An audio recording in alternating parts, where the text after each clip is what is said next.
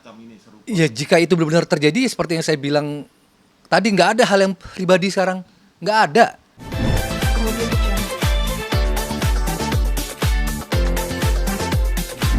Mungkin motif nggak kebagian kah, motif apakah, dan yang paling kita takutin adalah motif adu domba kan.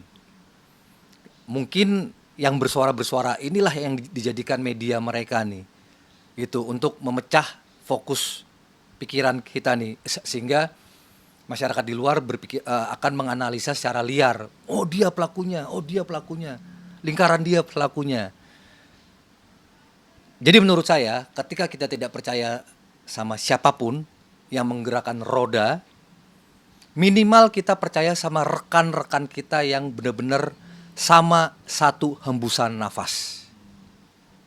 Itu menurut pendapat saya sih.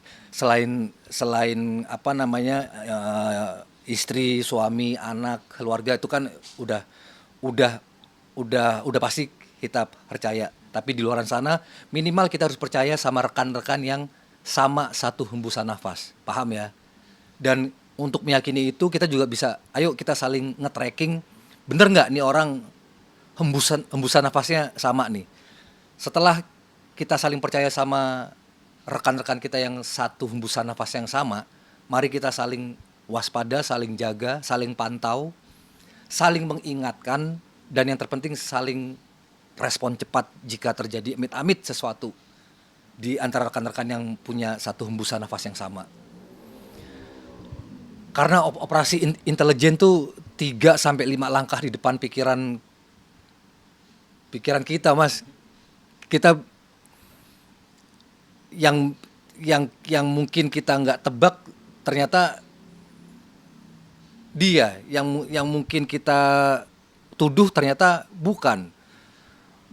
Mungkin dulu pernah terkenal Kang Bakso, Kang Somai, ya kan, teng. Ya, mungkin sekarang capung terbang depan rumah kita bisa dipasangin drone sama petasan kali. Iya kan? Nah, Gitu. saya dalam perjalanan ke sini juga melihat. Jadi udah nggak ada yang pribadi deh. Sesuatu yang pribadi itu bohong, beneran bohong. Kayak begini kok faktanya. Udahlah, akuin aja.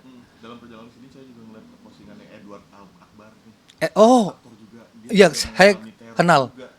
Edward Akbar dia kena dia HP-nya di-hack juga sama HP orang. kok? Hah? Nomor HP-nya di-hack juga sama orang gitu. Enggak, permasalahannya apa dia? Jadi ada Dia bersuara apa? dia ngeposting postingan temennya. Jadi temennya ini mendapatkan telepon dan SMS mengatasnamakan Edward Akbar. Anjing. Terus. Mengatasnamakan Edward Akbar. Nah, terus si temennya ini konfirmasi, ini nomor lo bukan? Ah, bukan. Tapi nomornya sama itu. Iya. Nah, itu yang oke, terus. Gitu. Jadi akhirnya atas kejadian itu si Edward Akbar ini posting di Instagramnya karena menurut dia mungkin ini patut di apa namanya Di up. posting, di up. Iya. Biar nggak ada yang dirugikan nih orang-orang. Iya. Gitu, mengatakan. Iyalah. Mungkin udah mengetahui hal itu belum? Baru tahu ini. Baru tahu. Aku kenal sama Edo. Berarti, Oh iya. berarti kan artinya teror ini berkepanjangan di ranah. Baru-baru aja si Edward. Baru sejam yang lalu postingnya. Baru sejam yang lalu. Masih dalam rangkaian cerita ini nggak? Dia nggak menjabarkan sejauh itu, tapi dia katanya di hack nomornya. Wah, gokil itu kan. Mas yang mau menanggapinya, nih sekarang lagi marak sekali nih penteroran semacam ini serupa. Iya, jika itu benar-benar terjadi seperti yang saya bilang tadi, nggak ada hal yang pribadi sekarang, nggak ada. Semua yang yang pegang tongkat kekuasaan bisa mengakses apa yang pribadi apa sekarang. Ya udahlah, maksudnya nggak, gimana Mas ya? Kayak ya menurut saya kayak bohong itu melindungi hak pribadi, demokrasi apa segala macam. Kayak bohong semua itu. Beneran. Ini udah nggak ada yang pribadi, ini nggak pribadi ini Bapak, udahlah. Selama pihak-pihak punya pegang tongkat kekuasaan, nggak ada hal-hal kita yang pribadi lagi tuh, nggak ada. Cuman tolonglah. Nah, oke. Saya cuma bisa bilang bagi siapapun pihak yang mungkin terganggu dengan suara-suara masyarakat kecil, panggillah kita ini. Kami ini panggil duduk bareng, tapi tempat yang semuanya aman ya. Jangan habis dipanggil ntar. Panggil duduk makan bareng, ngopi bareng. Yuk, sama-sama saling menyampaikan. Mau sana apa, mau dari masyarakat apa. Bagaimanapun juga kan masyarakat yang menelan mentah-mentah kebijakan yang harus menjalankan kebijakan. Belum lagi pajak. Ya, aduh. Ya mungkin kalian yang di sana lagi nggak merasakan hidup susah kali, makanya dengan enak. Lah kami ini udah harus bekerja keras, menelan mentah-mentah kebijakan, terus nggak boleh bersuara. Makanya sekali lagi, kalau emang nggak boleh mengkritik, ganti aja narasinya semua. Ini suatu negara yang harus dipuji-puji. Udah, beneran deh. Jadi masyarakat nggak bingung lagi. Bisa tunjukin nggak mas bukti-bukti? Boleh, gua kirim. Ya, ntar. Ya, Nah terus nih, mumpung kita lagi ngobrol, banyak pertanyaan dan saya harap yang ini juga ditayangin ya. Saya belum pernah jawab pertanyaan ini yang mungkin pertanyaan ini udah sering saya terima, cuman belum sempat saya bikin videonya. Di kesempatan ini saya bicara nih. Banyak pertanyaan, Bang lu bukannya dulu dukung? Nah ini juga pertanyaan seksi nih. Iya, gue dukung. Gue nggak pernah bantah itu. Gue bikin konten-kontennya. Iya gue milih. Iya gue coblos. Pertanyaan berikutnya lagi. Lu di dalam lingkaran nggak? Enggak. Minta di dalam lingkaran, apalagi itu enggak. Mendapat keuntungan karena kemarin bikin konten dukung apalah itu. Joget. Sama sekali tidak, demi Tuhan. Nggak ada gue menerima. Gue nggak dalam lingkaran, nggak minta di dalam lingkaran, ditawarin juga enggak, dapat keuntungan juga enggak. Kenapa gue dukung ya gue menggunakan hak gue untuk memilih, ya kan?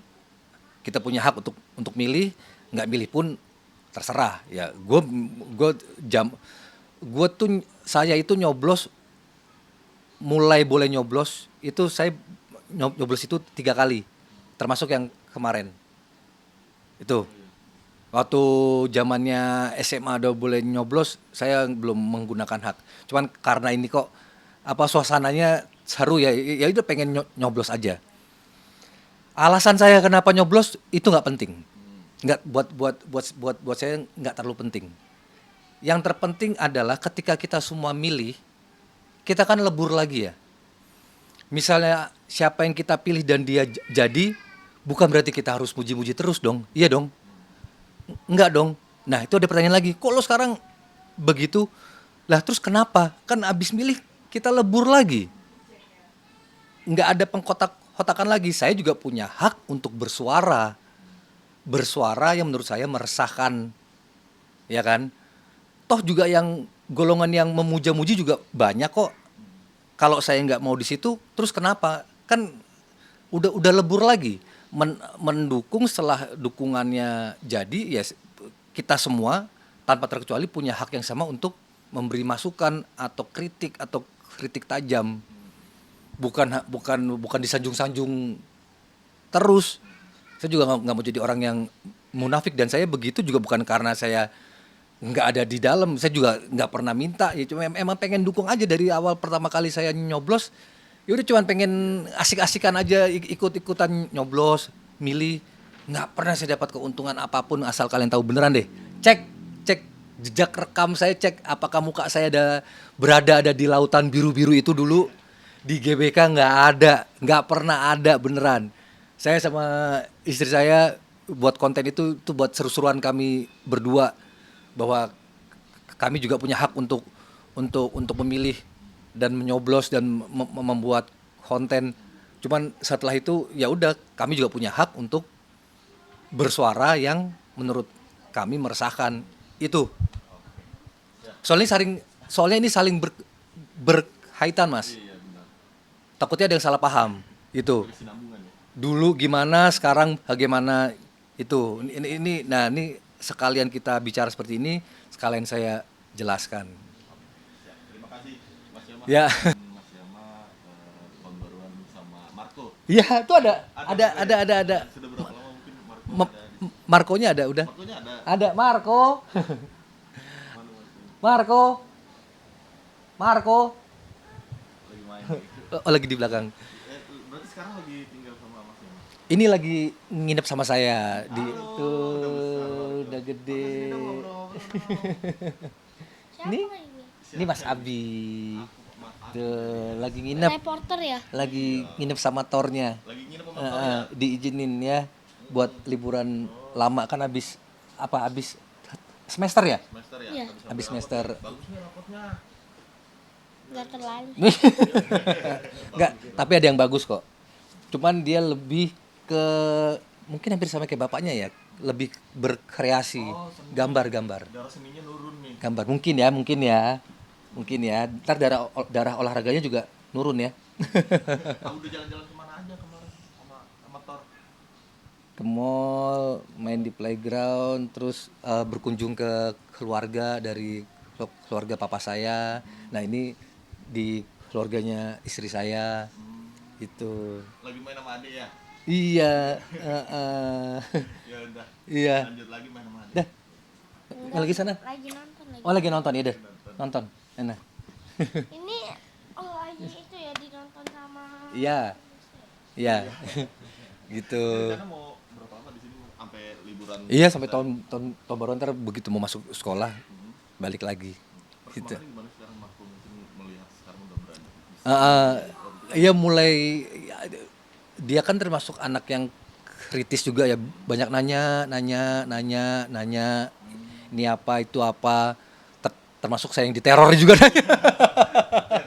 Tor diteror ya Tor kenapa? Nanya dia. nanya tahu. Dia aktif dulu di sosial media ya betul. Enggak kan Tahu ya? karena saya lagi posting, lagi merhatiin komen, terus ngobrol dia kan nangkep gitu. Oh iya, jadi nyimak gitu. Iya, nah Marco itu selama akhirnya kami bertemu, dia lebih ke ini iya gambar, Gambar ya? gambarnya bagus, gambar animasi tokoh-tokoh, animasi ya. Itu udah kelihatan nih. Sejak dini. Seninya adalah meskipun beda aliran tapi darah seninya ada. Kalau saya kan di seni beradegan, kalau dia digambar. Ya, tapi Mas, mohon maaf ini berarti kan komunikasi dengan mantan istri sekarang udah baik. Ya pokoknya berhubungan dengan mengizin soal Marco, komunikasi kami hanya sebatas itu, iya. Di luar itu enggak. Iya, Kamu juga bebas kapan aja. iya. Pokoknya kalau weekend Marco pasti Oh, weekend boleh. Misalnya saya nggak syuting pasti nginep lah ketemu. Itu. Ini karena liburan panjang ya dikasih berhari-hari. tahun baru nggak keluar kota Mas? Nggak ada Nggak. agenda liburan? Enggak, karena 2 tahun selama saya dari pacaran sama istri saya sampai tahun kemarin itu di Semarang terus. Oh gitu. Iya sama keluarga Semarang. Nah ini gantian dulu lah. Oh, berarti di sini nih tahun baruan. Iya, Natalan, ulang tahun saya, tahun baruan di sini. Ya saya juga ada rencana mungkin ntar kalau udah ada waktu lagi di bulan Januari, di bulan ini mungkin ke Semarang dulu. Saya juga belum ziarah ke makamnya papa juga kan. Baru ulang tahun nih Mas Yamo kemarin. Iya, Berapa 45. usia, Mas? Jago berapa? 45? 45. 45. Sama kayak tahun merdeka. 45. Mungkin apa sih doa yang dipanjatkan oleh Mas Yama di usia yang ke-45 ini? Saya pengen berkarya lebih happy lagi dan semakin jaya. Dah itu. Itu aja ya. Mm-mm. Ada perayaan apa kemarin? Demi memberikan yang terbaik buat darah daging Ada perayaan dan apa? keluarga, ya. Ada perayaan apa kemarin? Enggak, kecil-kecilan aja di rumah, nggak pergi ke tempat mana-mana. Ada kok di postingan, cuman di rumah. Iya, nggak mana-mana. Ngirit dulu ngirit. Iya. Ya, ekonomi lagi begini sekarang. Ya kan, itu salah satunya. Saya juga nggak ke Semarang dulu, tahan-tahan dulu. Tiket aja, kereta aja mahal loh, lumayan lah. Gitu. Siap, terima kasih Mas. Sama-sama Sabi. Ya. Kemudian